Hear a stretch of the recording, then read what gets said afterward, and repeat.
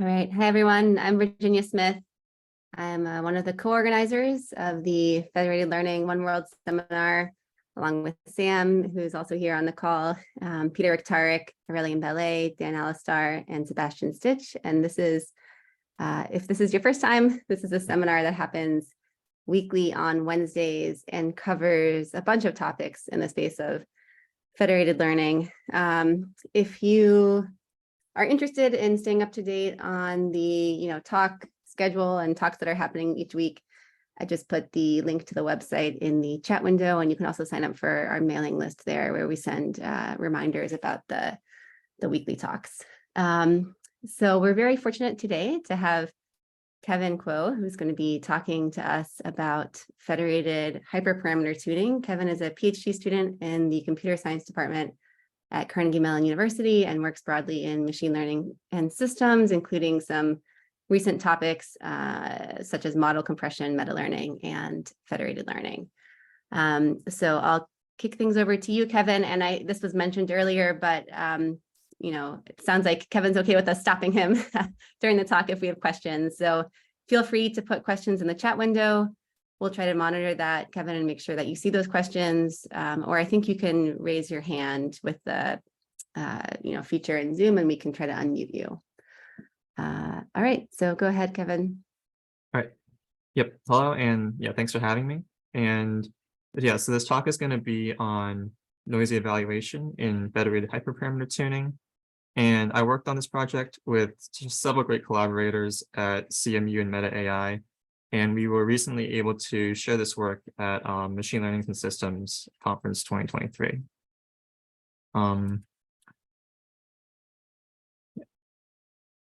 So as a broad introduction, federated learning is this machine learning framework where instead of collecting client data and training a model at a central server, the data stays on client devices, and we instead only communicate model updates between the server and clients.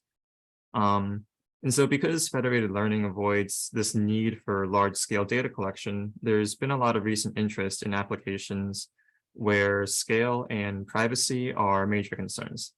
And some example sources of data that you might want to apply federated learning to might come from mobile phones because of major scale issues, hospitals because of privacy, and similar sources.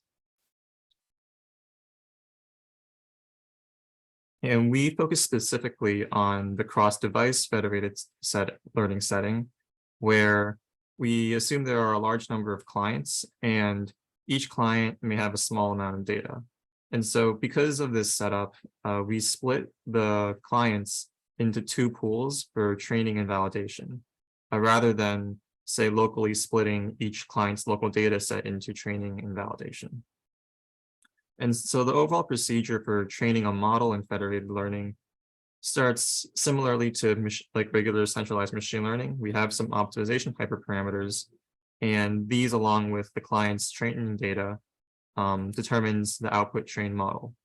We then have a separate stage for validation where we sample clients from the validation pool and get some metric like accuracy or error rate, which gives us some quality of goodness for the hyperparameter configuration.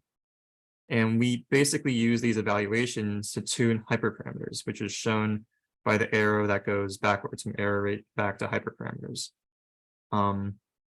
So the overall hyperparameter tuning procedure can gradually adjust the hyperparameters that are being used to train the model, or adjust the sampling distribution that you would draw these hyperparameters from when you want to train a new model.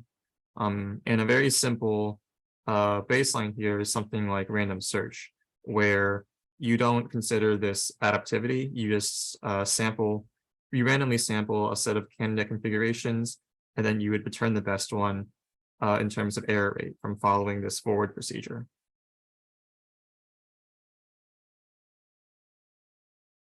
And so to describe the training part in a little more detail, the training procedure in federated learning iterates between a local client fine-tuning step and a server aggregation step.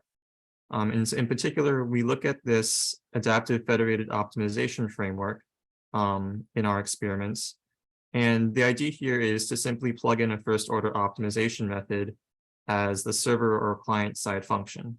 So here we can start by looking at client opt actually. A model theta is broadcast to every client or broadcast to the subset of clients that are sampled for this training round. Each client then fine-tunes this model theta and gives an updated model theta k back to the server. And then the server will aggregate these together using its own optimization method. And so critically, there are a few hyperparameters here to tune. So for example, in our experiments, we looked at using Atom for the server side optimization method and SGD for the client side. So here there are a few hyperparameters to tune, most critically the learning rates, but also stuff like momentum and batch size. And these hyperparameters are critical to attain good model performance. And so now we'll discuss a bit on how these hyperparameter tuning methods can possibly go wrong. So the part that I just mentioned is just a training procedure, but even if we have good hyperparameters to train a model, we still need to evaluate this model to figure out that we have a good set of hyperparameters. So in our work, we focus on a few sources of noise in federated learning, or rather a few different properties that can lead to low quality evaluations and therefore mislead the hyperparameter tuning procedure. And to list these out, these are client subsampling, which may result due to a limited communication cost or because clients are simply not always available. Data heterogeneity, which is simply the fact that different clients will have different data and therefore give different evaluations of the same model. Systems heterogeneity, which is a bias in the subsampling of clients. So for instance, some clients might have better network connections and therefore participate in training and evaluation more often. And finally, we also look at differential privacy, and we look at a simple framework for preserving the privacy of the validation clients' identities, whether or not they participated in the validation procedure by adding noise to the aggregate evaluation. And adding this noise is artificial and obviously can hurt hyperparameter tuning performance. So our broad question is, how do these sources of noise individually and also in combination with each other impact hyperparameter tuning and federated learning?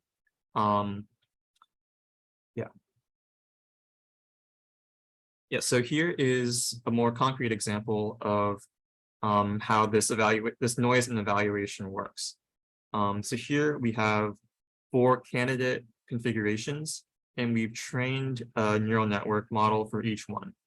And now we want to determine which of these 4 configurations has the highest average accuracy across our pool of validation clients. And if we had sufficient resources to evaluate every model on every client, in other words, attain each of these bar charts here, where the height of a bar is this client's the color of that model color's performance on that particular client. If we can do all these evaluations, then of course, yes, we can identify the best model.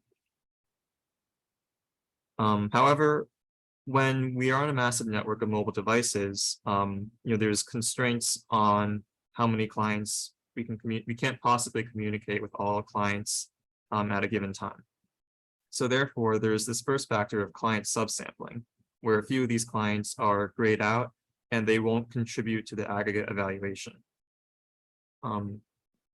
Then we also look at differential privacy, which adds some noise to the aggregate evaluations. So here, the bar chart on the right is an average and the normalization of the clients that are still shaded in. And the result of this noise is that originally, when we looked at this full evaluation setting, this green model is the best performing one, and we correctly identify it. Under these sources of subsampling and differential privacy noise, we might now rank the red model as the best one, and then consequently use this in deployment, which would be suboptimal.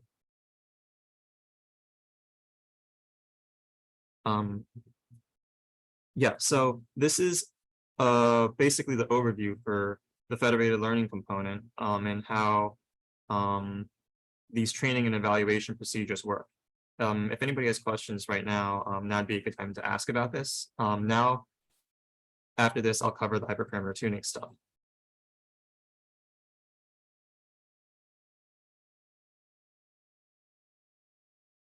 All right, that's fine. I'll talk about hyperparameter tuning.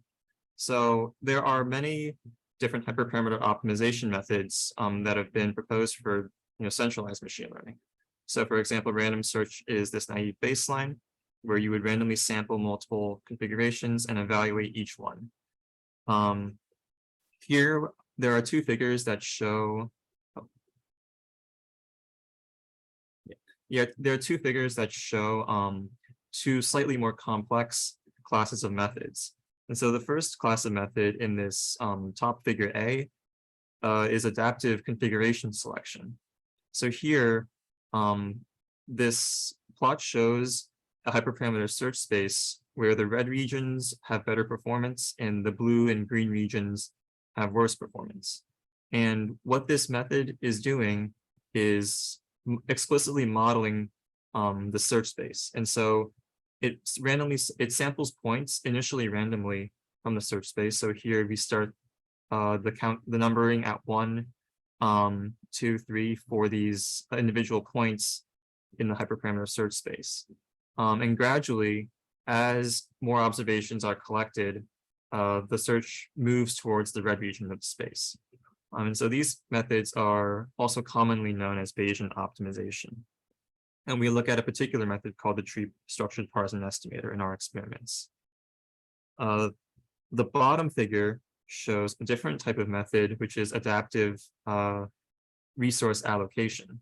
And so an example of this method is Hyperband, which performs several elimination rounds, where the bottom fraction of configurations, the ones that are performing poorly, are stopped and no more resources are allocated to them.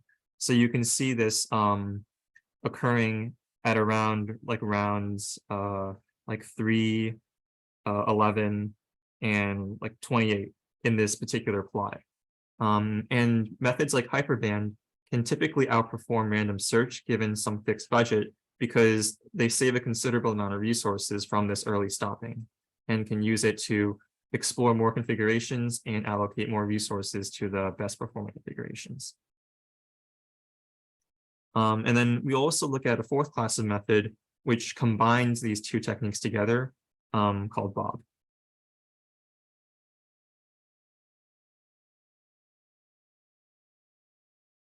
So as I've described these 4 methods, these are methods that are proposed in the centralized setting.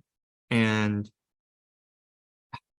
however, it's actually quite simple to transfer these two methods into a cross-device federated learning setting, because these methods are structured in a way such that they have some task-specific training and evaluation subroutine. So usually, you define some data set and then you will sample a batch of data and update the model as a training subroutine. And then for validation, you have some validation data set that you compute some accuracy on. And this is the general framework for most of these hyperparameter tuning methods. And you can basically plug in different operations for these training and validation subroutines. So in federated learning, instead of sampling a batch of training data locally, you could consider sampling a batch of training clients and then performing the federated optimization training round, as I described earlier. And then similarly for validation, well, instead of using a full validation data set at the server, we now do this in a federated way where we sample a few validation clients and get some noisy validation metric. We also listed the test procedure here. And in other words, what is the final metric that we use to evaluate these hyperparameter tuning methods. And in the centralized setting, you would typically have some kind of test data set. Here, we actually only look at training and validation client partitions. Because in practical cross-device federated learning settings, we wanted to model a setting where you typically only have these two levels of clients that you care about. Ones that can perform on-device training, and all the other clients that you might want to use for your application that can only perform validation or inference. So therefore, in the test procedure here, we're actually reporting the full validation error rate. And so we've used a subset of these clients for hyperparameter tuning already, and then we report the full population error rate instead of having a third test holdout set.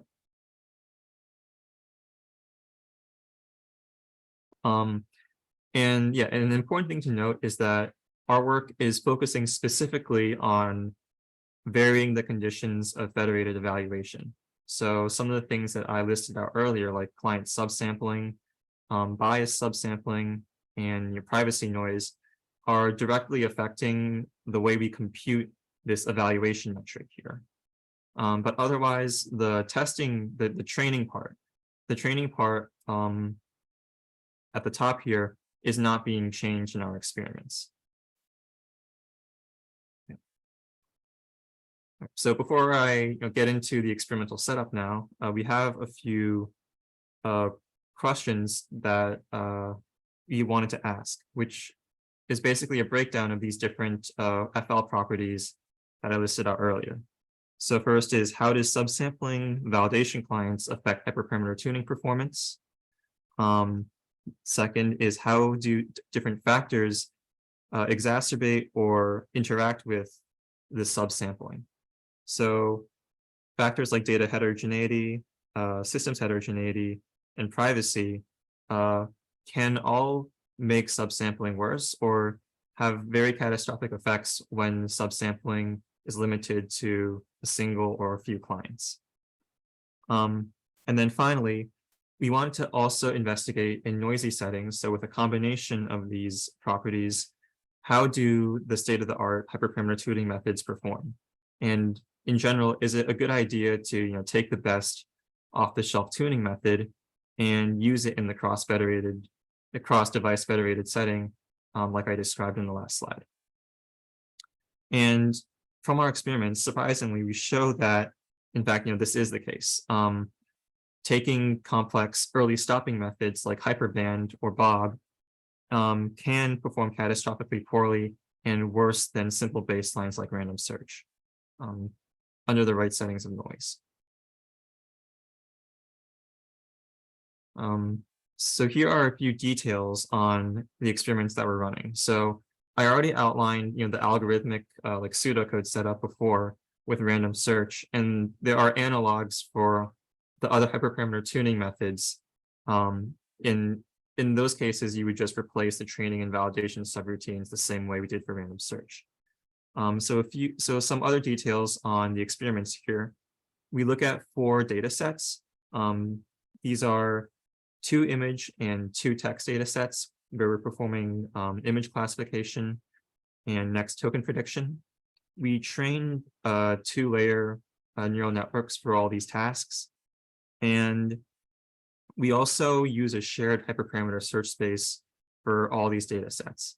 The hyperparameters that we're tuning are only for the optimizers, and so these are general to these data sets. Other things like task-specific hyperparameters are already fixed, and we choose this common hyperparameter space later because we also look at some transfer learning applications. Also, some other details on how we do differential privacy. So before I mentioned that we use this method of adding noise to the aggregate evaluations, which preserves the identity, which preserves the privacy of clients that are involved in the validation process.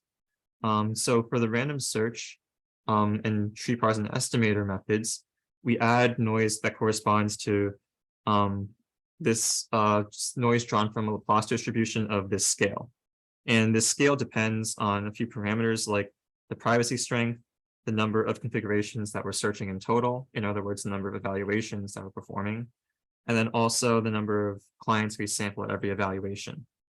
For the early stopping methods, Hyperband and Bob, we use a slightly different method because these methods are not doing, like, they're performing top K selections, multiple top K selections. And so we change the scale of privacy accordingly for these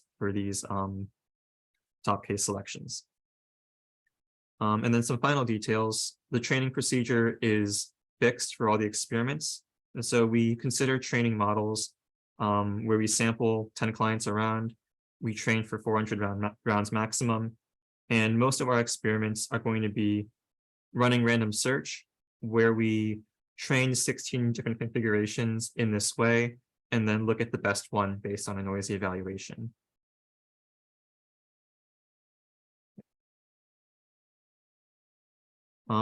So we're going to now describe the experimental results. So the first experiment that we looked at was client subsampling. The general procedure here is to run random search. And run random search on noisy evaluations and look at the impact of the noise on the final performance. So the steps here are to sample 16 hyperparameter configurations from the search space we saw before.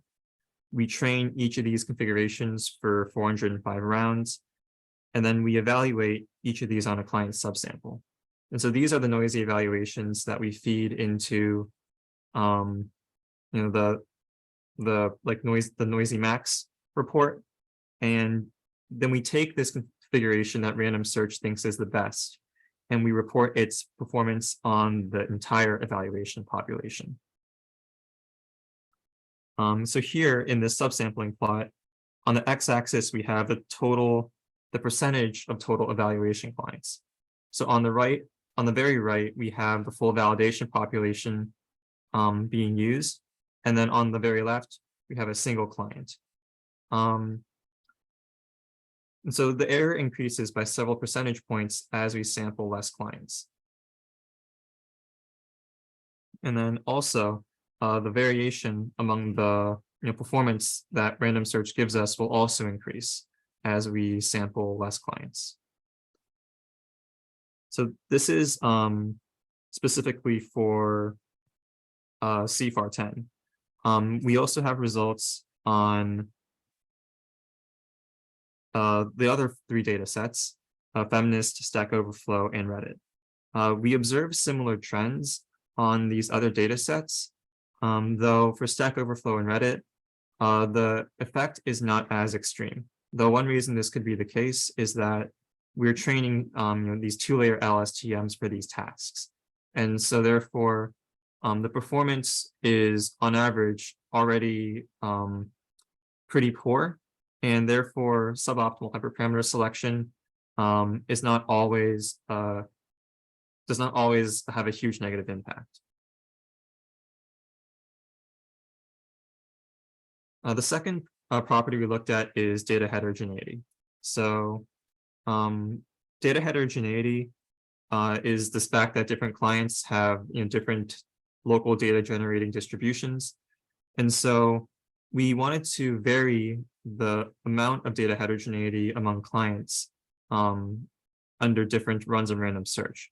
So the way we did this is actually to make the client's data more similar.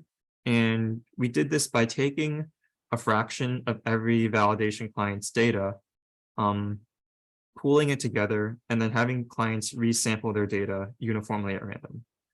So clients will have the same number of examples after this repartitioning, and the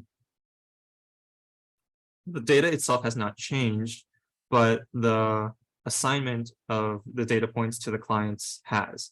And so we look at three different levels of this data heterogeneity, where the fraction of data resampling corresponds to a different curve on this plot.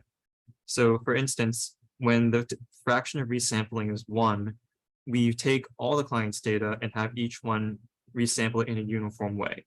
And so without changing the data, in a sense, this is the most similar that we can get all the clients' data to resemble each other if they're all sampling from the shared pool, same shared pool. And the effect of this in evaluation is that it makes the effects of subsampling less severe. And intuitively, this makes sense because when the client's data is similar, it's okay to only sample a few clients and still get an okay signal of the entire population. And we observe this for not only CFAR, but also the other data sets, similar to the results from the first subsampling plot.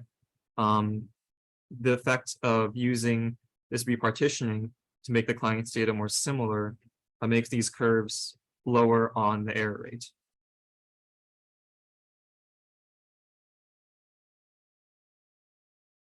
And the third factor we look at is systems heterogeneity. So we consider a particular form of systems heterogeneity in biased client subsampling. And so the idea here is that in practical federated settings, you'll have some clients that have good network connections or good hardware resources, and so they can participate in training and evaluation more often. But a consequence of this is that the models that are being trained will have biased performance towards these population, this high resource subpopulation of clients. And therefore, we consider these biases during training and validation, where we're more likely to sample clients that are performing well on this model that we're evaluating. And the effect of this can be pretty catastrophic, right? If you're always if you're always getting these very optimistic evaluations on your model, then you can miss a large population of clients where this model is performing poorly. So for instance, on CFAR, when this bias is strong enough, you're getting basically random guessing as the model that random search is returning. But this isn't applicable to every single data set. For instance, on feminist, we don't really see this effect at all. And to explain why, we have a scatter plot here on the right-hand side where every point is a hyperparameter configuration, and then its X and Y coordinates show the global percent error, so averaged over all clients. And on the Y-axis is the minimum client error. So what is the most optimistic evaluation that you could get for this configuration based on a single client. And so for the CFAR 10 and Reddit data sets, we see that there's a lot of points near the lower right-hand side of the plot. And this means that there are some configurations that perform poorly overall clients. But it's possible for us to sample a few clients and mislead the model selection procedure by only looking at the best clients.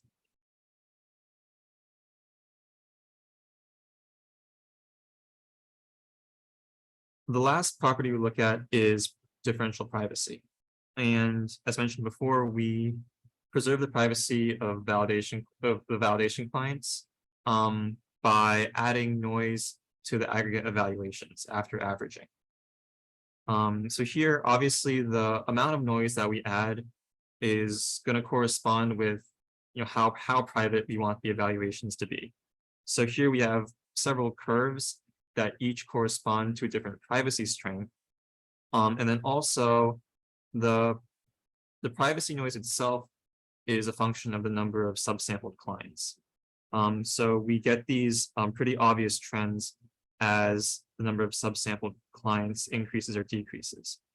The curve infinity here corresponds to the original subsampling plots. So the effects of privacy, the first most obvious effect of privacy is that it makes hyperparameter tuning much more difficult. And it makes the evaluations much more noisy. And this is universal to all these data sets. In particular, we can see that once there is enough noise, there is this upper limit to how poorly the model is performing. This upper horizontal asymptote. And this is basically the model that you would get from randomly selecting hyperparameters inside of the search space. And in most of these cases, we see that even for a generous privacy budget, which is holistically decided on as like 1 or 0.1, we need to sample a relatively large number of clients, say more than 1% of the total validation pool, in order to get a decent configuration for random search.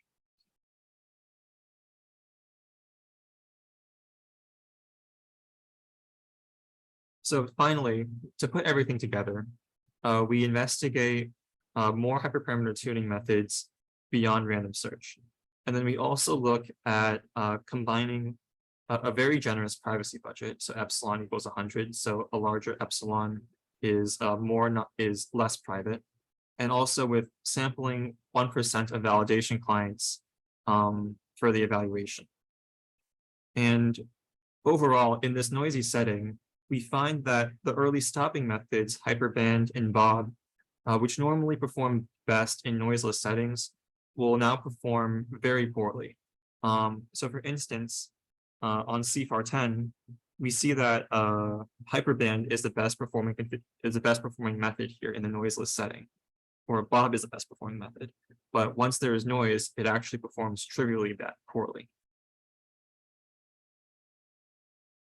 And then we also show results for Stack Overflow here.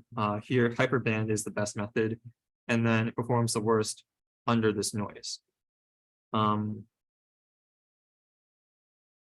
And it's important to note that there is degradation across all of the methods here. Like for the same method, there's going to be some degradation from the noiseless to the noisy setting. But the key thing to note here is that the degradation is much more extreme for these two complex methods, Hyperband and Bob.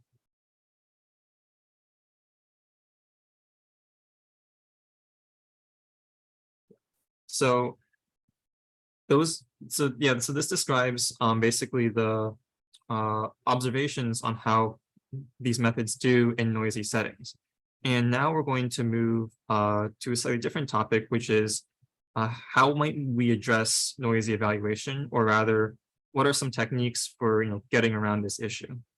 So we also looked at a method which revolves around using proxy data to select hyperparameters. So this is an exploratory experiment where, once again, we're sampling and evaluating a large amount of hyperparameter configurations. So in these scatter plots on the right, we have each point is a hyperparameter configuration, and then its coordinates, as these X and Y labels show, are its performance on a particular data set. And in a sense, this is trying to capture how well hyperparameters can transfer across different data sets. So this scatter plot in the upper left and the one in the upper right seem the most promising. And these are corresponding to the task pairs for the two image data sets and the two text data sets. So intuitively, when the tasks are similar, hyperparameters can transfer better. So given our experimental setup, we also thought it would be a good idea to try a simple baseline, which is to select one hyperparameter configuration based on some server-side public proxy data, and then train that configuration on the private federated client data. And we call this one-shot proxy random search. And so more concretely, you're given two data sets, one proxy, one client, and we sample 16 hyperparameter configurations, and we basically perform random search on this proxy data set as we did in the prior experiments. But because this proxy data is held at the server, we can always evaluate it with all the clients. So this is a simulated federated partition, and we can use all the clients because this is server-side data. So using this random search procedure, we can now obtain the best recommendation from the proxy data, and then simply use this configuration to train a model on the client data. And then because we're no longer considering multiple candidates among to train among the client data and evaluate among the client data, we no longer have this issue of noisy evaluation or being misled by the noise by evaluation. And so therefore this baseline is unaffected by noisy evaluation. And so in this plot here, we're looking at how this one-shot proxy random search method does given different pairs of proxy and client data sets. And so intuitively, when the two data sets are similar, of course, the error rate is lower. But interestingly, even when these data sets have different are different in terms of the task they represent, there are still like non-trivial results in that you're not simply getting random guessing accuracy on the model that is being recommended.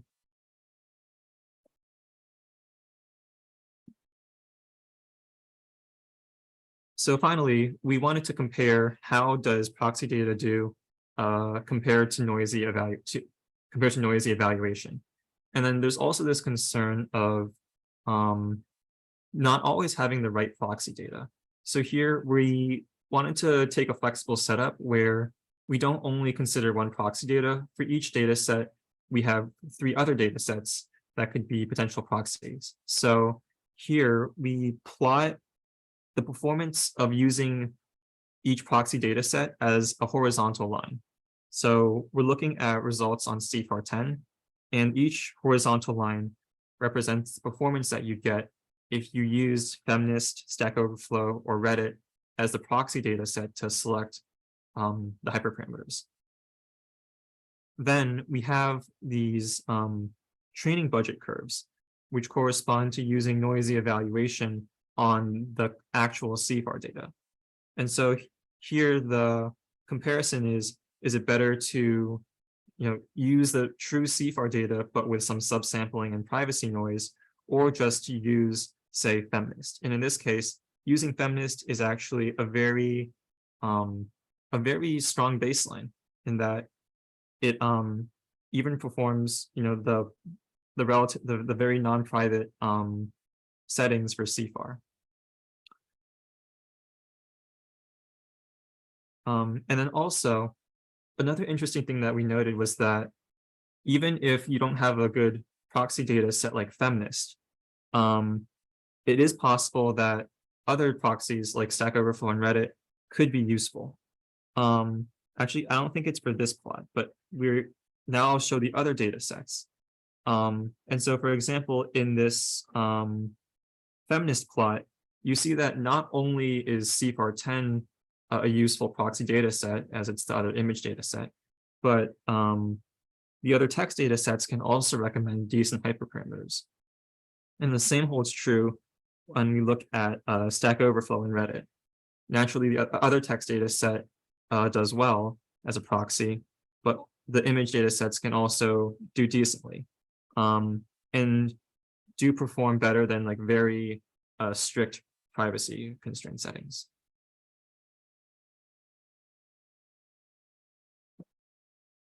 So in conclusion, our study suggests multiple best practices for federated hyperparameter tuning. These are, I guess, pretty obvious, but are important to outline in that things can go wrong if you don't necessarily follow all these things. So first, to use simple hyperparameter tuning methods, we saw that random search was relatively less affected by all these sources of noise than the more complex methods.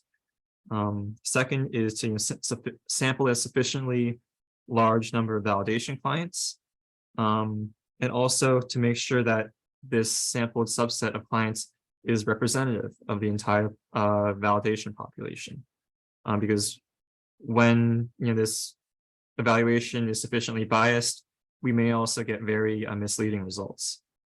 And if it's available, proxy data can often be an effective solution, though there are many future questions on how to select proxy data sets, and sometimes how to not rely too much on a bad recommendation from a proxy data set. So yeah, some future work and directions that I think would be very interesting here are to improve the early stopping methods that we've just looked at. So Hyperband and Bob were doing very poorly with noise, but perhaps there are specific ways that we can improve these in the context of federated learning and differential privacy. And the reason that these methods perform so poorly in these noisy settings is because they're in a sense already relying on noisy evaluations, even in the centralized setting, because they're evaluating configurations before they're fully trained.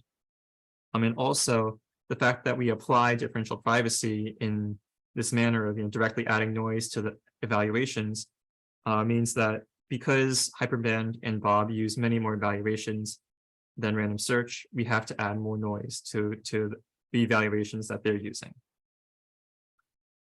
Similarly, it'd be good to investigate more hyperparameter tuning methods that are more tailored to noisy evaluation, so that they may be able to model the noise that is in these evaluations and adjust the evaluations accordingly and calibrate them in a way. We also think there are interesting directions regarding different ways to evaluate the cost of these methods. So for most of this work, we were primarily looking at a training budget in like how many configurations you can train and how many rounds you can train each of them for. And then we fixed the evaluation budget to some given subsampling ratio that we varied on the x-axis in most of these plots. However, there are a lot of other costs, and maybe one would want to consider a more flexible, we want to compare methods in terms of the evaluation cost, or maybe there are other considerations like overall time spent doing hyperparameter tuning.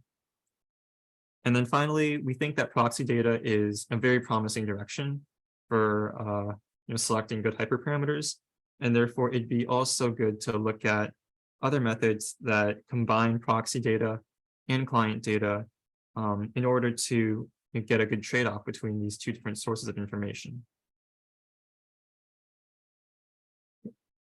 Yeah, and so that concludes the talk. Thank you very much for your time, and I'll now take any questions. Great. I think we already have one question from Mohammed. Yeah, go ahead and ask your question, please. Hi, Kevin. Hi, Virginia. Thank you. I have a question about the models used for the different data sets. So you mentioned that you're able to use sometimes some, what I would say, the hyperparameters that you found on some proxy data belonging to one data set and transfer those hyperparameters into different data sets. When I see you working here, I see Cypher10 and Feminist data sets, which are basically image classification tasks, more or less, and Stack Overflow and Reddit, those are text, sentiment, whatever they are. Those would require two different models, right? So, am I mistaken or not? Did you use different models for those different tasks, image classification and text? Yeah, precisely. So for C410 and Feminist, we use this two-layer convolutional neural network, and then for Stack Overflow and Reddit, we're using this two-layer LSTM. Okay, so sorry to interrupt. My question is, if you used the proxy data from Feminist using a different model to evaluate to find or fine-tune the hyperparameters, can you transfer to a Cypher10 task using a different model or no? Yeah, or you so should this be is restricted to the same models? Thanks. Yeah. So we did this. So we set up this hyperparameter space in a way that's agnostic to the model that's actually being trained, because these hyperparameters here are simply like learning rate and momentum and batch size, which only dictate how you like scale and weight these model updates. Yeah, but wouldn't it matter the loss landscape of this model basically? Wouldn't affect how those hyperparameters are tuned if you change the model itself? Yeah, precisely. And that's, I guess, like the intuition here is like, you know, for two image tasks, you might expect that the optimal hyperparameters, like some value for like these 5 different dimensions, you know, are closer to each other. And then for the text data sets, they're, you know, in some other region of the space that's not as close, right?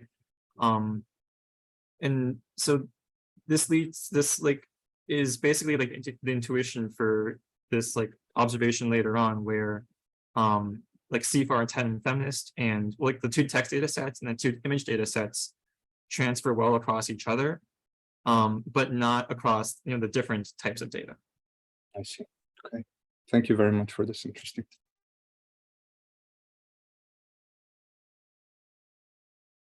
Anyone else has questions, feel free to put them in the chat window or raise a hand. Maybe I'll ask a quick question in the meantime.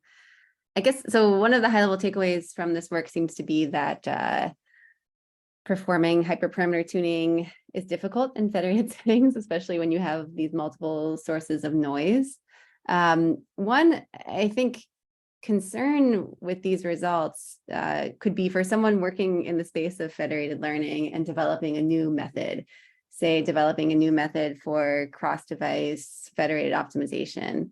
It could be that if you don't take into account these sorts of noise in terms of performing evaluation, perhaps the method you're developing, you know, when you compare it to a simple baseline like federated averaging, seems like it's performing really well, whereas that might not be the case in a practical federated deployment. So one, I guess, question I have for you is, do you have a sense of what, if you were developing some new federated optimization method and you wanted to perform sort of a fair comparison of that to a simple baseline, what would be the simplest sort of setup you would imagine for performing like, is there some which of these sources of noise is maybe the most expected? Or do you have advice for how someone developing a new, procedure for federated learning should think about performing evaluation? Yeah, I think like, well, so I guess like maybe there is not that simple of a solution in that like we see here that basically like, yeah, performing hyperparameter tuning with, a full centralized data set can give you very misleading results. And so then the question is, if you, right, like if you're concerned about how do you want to, simulate or like validate your local like prototype, then like what is the kind of data set you want to generate? And I think like the space there is, yeah, very, very large. But yeah, like I think like maybe, yeah, I guess the ideal thing is that you are able to generate some data set that reflects production that reflects like the conditions of production systems, but maybe you don't always know these these conditions beforehand. So I guess like my initial thought here is, because server-side simulation is not that expensive, you can generate many simulated federated data sets, like different partitions, different quantities of data on the client, and then look at how your hyperparameter tuning method does under several different noisy settings that are simulated. I see, that makes sense. So maybe like reporting results in no noise, small noise, large noise, or something like that regimes. Okay. Yeah. Maybe I want to have one quick question. I hope I didn't miss it during your talk. So when you presented as differential privacy as one of the sources of noise, then so when you present like the different I think you call it like resources, like how many actually trials, how many hyperparameter setups you try, they're like trying more and more, right? Like of those setups, you actually have to add more and more noise. So it actually might be like ideal to try like, let's say, I don't know, like 1,000 or even like a 1, because otherwise like you to each of them you have to add like very large noise. It might be I think I come almost like unusable. So do you actually like kind of increasing noise such that you always match your privacy budget, or you always, or for each of the experiment you use the same level of noise for DP? Yeah, so it's set up to match the same privacy budget. So more noise is being added when we're comparing more noise, like when we're comparing, these four methods side by side, more noise is being added to these two early stopping methods. Okay.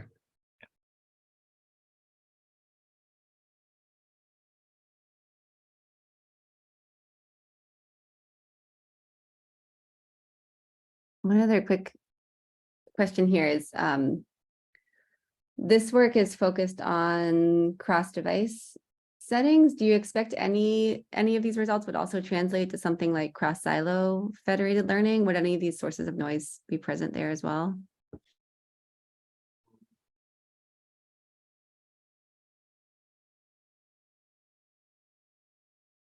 I guess, like, I feel like so I guess the answer is yes, but probably to a much lesser degree. In that, like, the assumptions that are made in like, yeah, cross silo settings would be like you are frequently communicating with the clients that you're training with. In like there's much less there's much less issues of, say, like subsampling at all. And then by extension, then like there's not as much concern for the other things that interact with subsampling.